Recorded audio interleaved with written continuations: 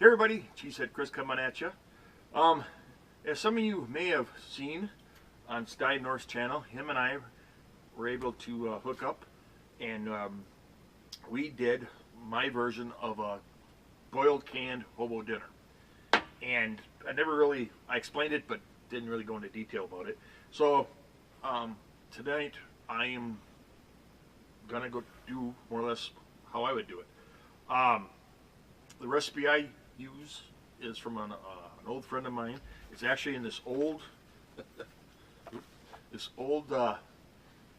golf course cookbook from 1971. My grandma has some recipes in here. My grandfather has some recipes in here that I plan on sharing in the future. It's called just Stan's Hobo Dinner. He used a 5-gallon bucket. 10 bucket or whatever, which is kind of like this. You guys have kind of seen these. I know Jack's Drinkwater has done a couple things in these. I think he sent one to Bill Gowdy. They did the short one.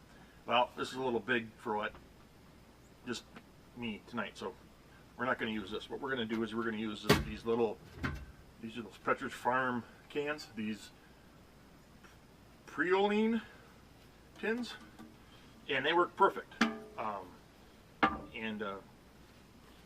What you do, put that over here, is you just kind of load it up. You're just going to boil it. You can clean it all out good. Poke a hole in the top, and that way it lets the steam goes on. And more or less, you can put anything you would like in this. I mean, it's more or less boiled dinner, foil packed, like a hobo dinner, but it's just in a can and boiled. Still pretty simple, pretty easy camp meal, anytime meal really. And what I'm using, I cut some pieces of corn in here.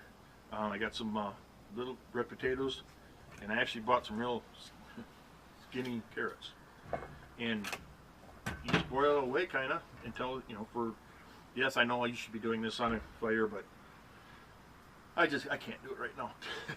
My back is just giving me too much grief that it's just not going to happen. So we're going to cook it on my little, it's actually the little stove that I got with the cooker. It was a whole set. And so what we're going to do, and this may not be, it's probably not going to fit all of it, but we'll get as much as we can in here. Can we get 3 in there? No, we're only going to go 2. So, and we're going to peel the carrots. We're just going to kind of chop them up a little bit. Like I say, you can do as much as you want. Original recipe calls for green peppers and onions. I don't like green peppers or onions, so I know, Mark. Yeah. But, like I say, I use regular carrots. You can use baby carrots, whatever you want. So we're just going to put some of them in there. And then for faster cooking, we're just going to slice open some of these potatoes. Half them or quarter them to size. And just get done a little bit faster.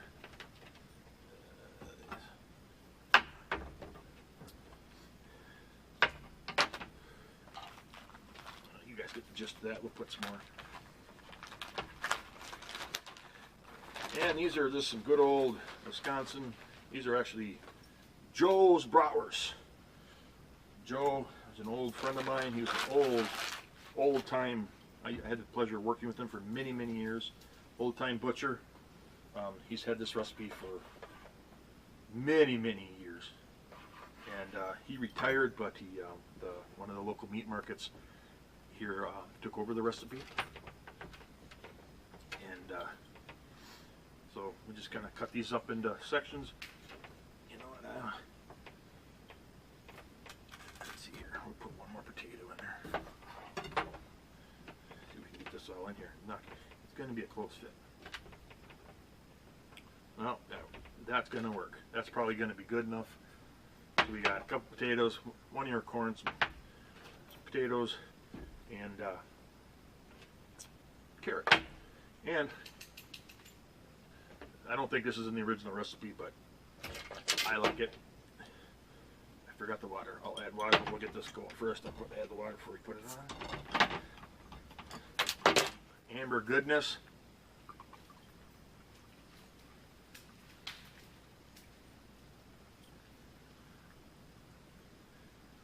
That pretty much.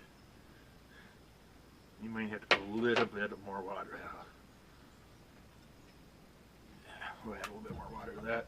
And then we're going to add a couple teaspoons of butter to this. Just to give it that nice buttery.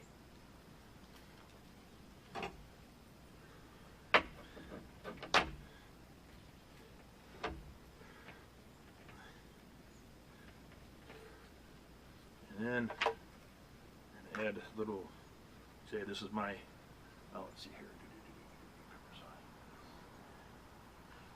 I just add this because I like the Old Bay seasoning.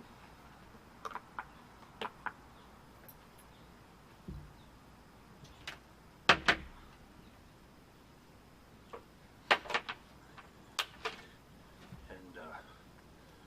we will, I'll bring you back when I get some water, we'll put it on, and we'll check it out. I wanted to add this in. I forgot to mention it. When loading this, you want to load potatoes on the bottom, and the carrots, and then the corn, and then the sausage. That way the heat and potatoes will get done faster, and it'll boil up, and it'll cook the sausage. So just want to do that. Put the root vegetables, I guess you would call them, the carrots and the potatoes on the bottom, corn, and sausage, or meat. And like I say, you can use any kind of meat you want. So, all right, guys, back. Got my water. So we're just going to add just enough moisture and bring it right up to here. We're going to fill it right up to here. This line right there. I think that should do it.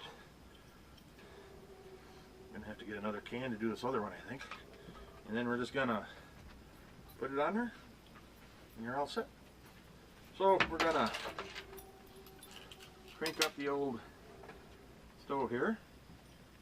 Okay, it's going. And we're going to put it on, we're going to put it on a medium for now and see what happens. This should,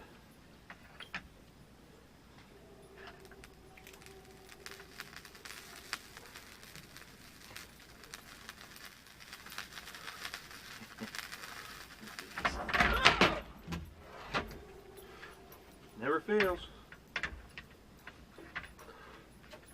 So this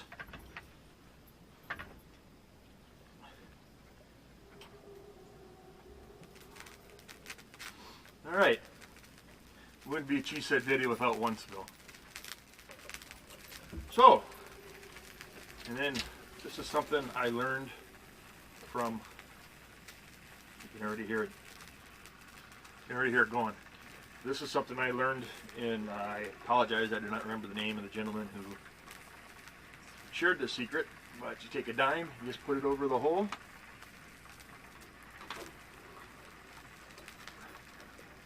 and when the dime starts flapping, you're done. So, I'm not going to let you sit here and drink in front of you because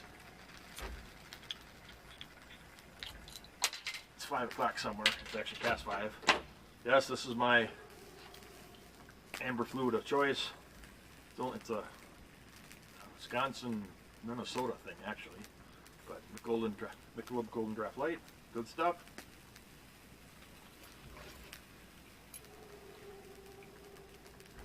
Oh, that tastes good. So we will bring you back when it's done and open it up and show it to you guys. So bring it back when we're all done. Okay, guys, I am back. It's been probably a good half hour or so. In all fairness, we did have another spill and we lost all the fluid. Like I say, this is just barely sitting on there. I probably should have. I was messing with the dime. I had probably a little bit too much fluid in there, and I went to adjust the dime. It was actually boiling off the top to the cover, and I did it. Luckily it missed me and the dogs. So we put some more rest of my beer in there and a little bit more water and some butter, and so she's been soaking away. So, but it should be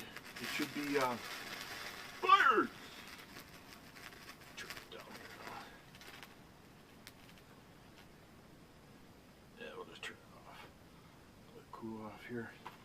Should be done, I would think. If it's not, well, damn it, I'm hungry. We're eating anything. Excuse me. So yes, this is going to be hot. Fernbark, it will be hot coming off a fire, Fernbark. Or morning wood, or whatever the hell you go by. Check out, if you guys have not checked out Morning Wood, check him out. He's a fellow Wisconsinite, lives in Washington. Funny guy. Funny guy. Do cooking videos and stuff. So, oh yeah. Top one's not done, but everything. Let's see here. I want to save the liquid. Let's do it this way. When I save the liquid, do the second batch here.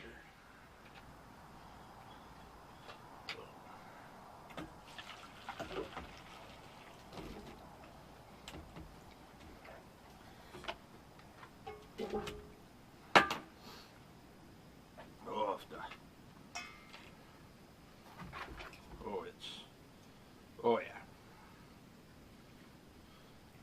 Pork tender.